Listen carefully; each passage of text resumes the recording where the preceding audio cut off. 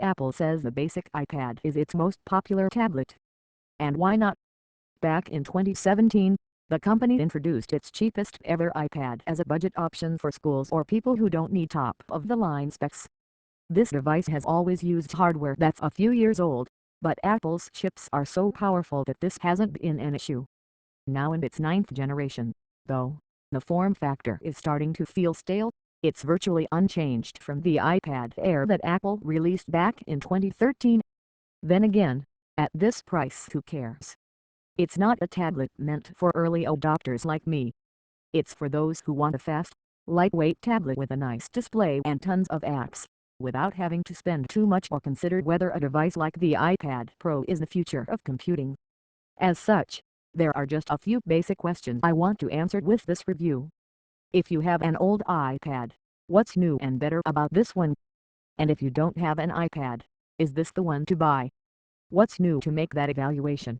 Let's recap what's new about the 9th Gen iPad. The processor powering it is Apple's A13 Bionic chip, which first appeared inside the iPhone 11 from 2019. It's 1 year newer than the A12, which powered last year's iPad, and it's faster and more efficient than its predecessor.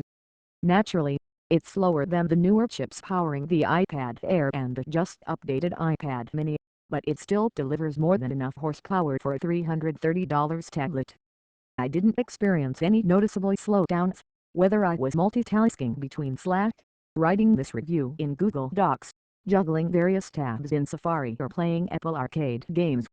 Since this iPad has less RAM than the iPad Pro I use as my daily driver, I noticed that apps needed to refresh their content more frequently when I was heavily multitasking.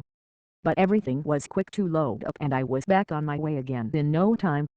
For most people's standard iPad use cases, browsing the web, editing photos, playing games, watching movies, messaging, drawing or taking notes with the Apple Pencil, writing emails or working on documents with the Smart Keyboard Folio, the A13 Bionic is more than powerful enough.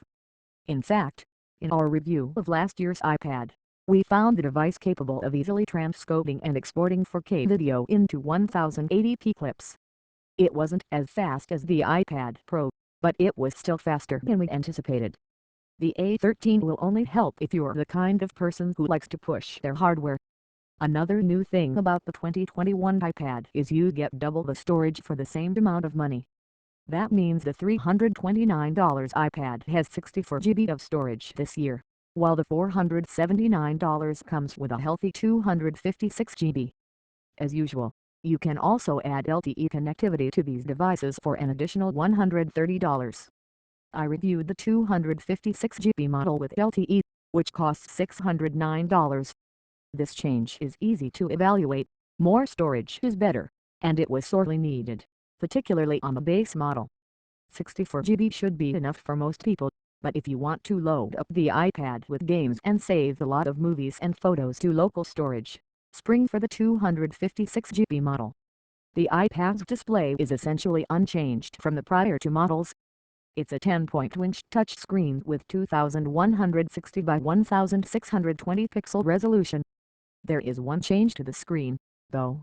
It has Apple's True Tone technology for the first time, which automatically adjusts the color temperature based on the ambient light in the room around you. Apple has offered this feature on more expensive iPads and all of its iPhones for years now, so it's nice to see it finally being used at the lower end. The display otherwise looks good whether you're watching videos, playing games or browsing the web. It's not nearly as good as the screens on the other iPads that Apple sells, though. I'm used to my iPad Pro screen, which is laminated directly to the front glass and has a 120Hz refresh rate with support for the wide P3 color gamut. But, after just sitting down and using a new iPad, I mostly didn't think about these things. For a $330 device, it's perfectly usable, pleasant, even. I did notice the air gap on a new iPad that comes from not having its display bonded to the glass, but I can accept that as a cost-cutting measure. Finally, Apple put a new front-facing camera on a new iPad. In a somewhat surprising move, it's the same one used on the iPad Pro minus all the depth sensors and extra hardware needed for Face ID. It's also identical to the one inside a new iPad mini. It's a 12-megapixel shooter with an extremely wide field of view. That wide angle enables a feature Apple calls center stage. When you're on a FaceTime call, the camera automatically crops in around you, rather than show the full 122-degree field of view. But since the camera has all its space to work with, it can follow you as you move around the frame.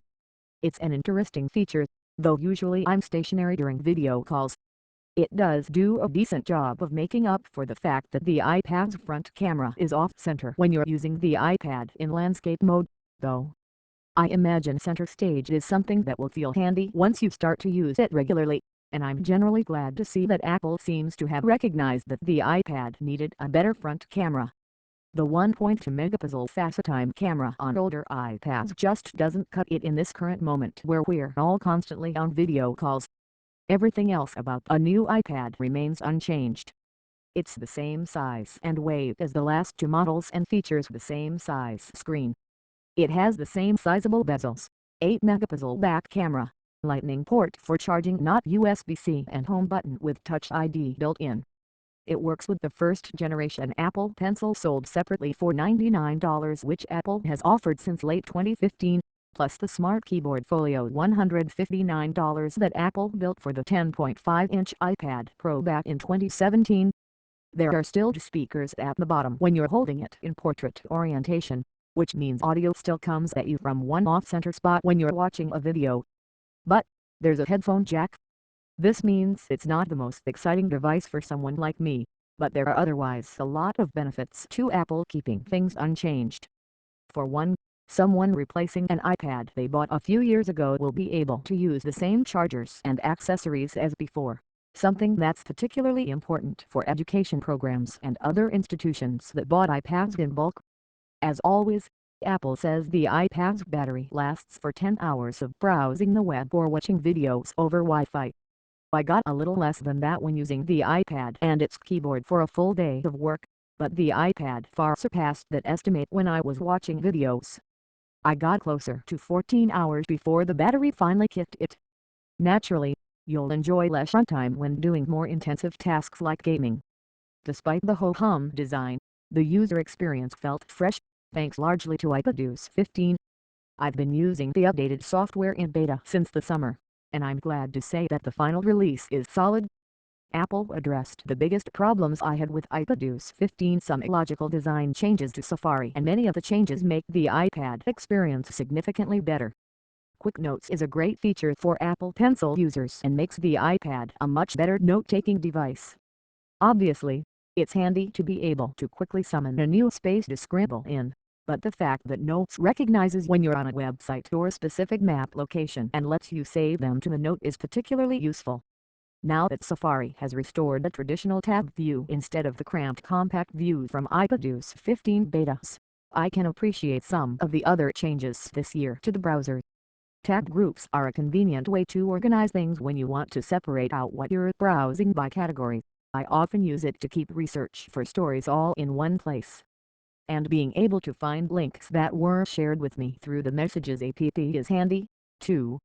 The variety of new multitasking gestures took a little getting used to, but they make it easier to set up various spaces with the right combination of apps for what you're trying to do.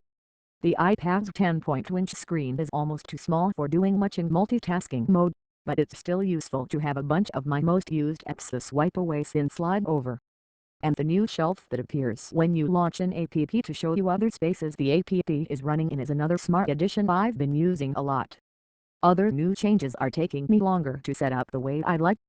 The notification summary feature, which lets you set up a time for notifications from specific apps to be delivered, is a clever idea in theory.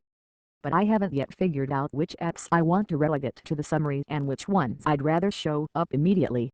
Similarly, the new focus features let you set up multiple Do Not Disturb scenarios, each of which can have its own scheduled apps or people allowed or blocked and home screens that are hidden or active. It's extremely flexible, but I haven't yet figured out how to make the most of it. The learning curve aside, iPadOS 15 is a solid release, and it runs well on a new iPad. If you buy this tablet now, it should receive similar updates for years to come, which will go a long way toward keeping it fresh even though it was never a cutting-edge device. Wrap up coming from the iPad Pro.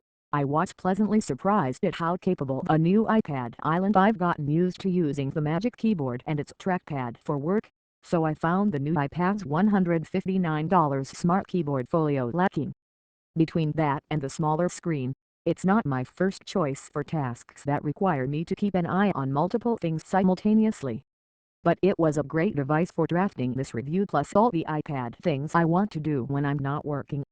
I found myself using the iPad handheld, with its keyboard tucked away, more often than I expected. Being able to quickly flip back the keyboard key and use the iPad with two hands and then switch to typing when I wanted to bang out an email or reply to a message became a pretty common couch workflow. Overall, I could do just about everything I can with my iPad Pro on a new iPad. There are a few slight changes and compromises here, but for the consumers Apple is targeting, those things might be moot. The iPad remains a very good tablet at a fair price. If you want something more modern, I don't blame you, and would instead point you toward the iPad Air, which hits the sweet spot of performance, features and price. If you've bought an iPad in the last 2 years, there's no need to upgrade, but people with one older than the fall 2019 iPad will find some significant improvements here. If you've never bought one before, a new iPad delivers a surprisingly deep experience, despite its aging design.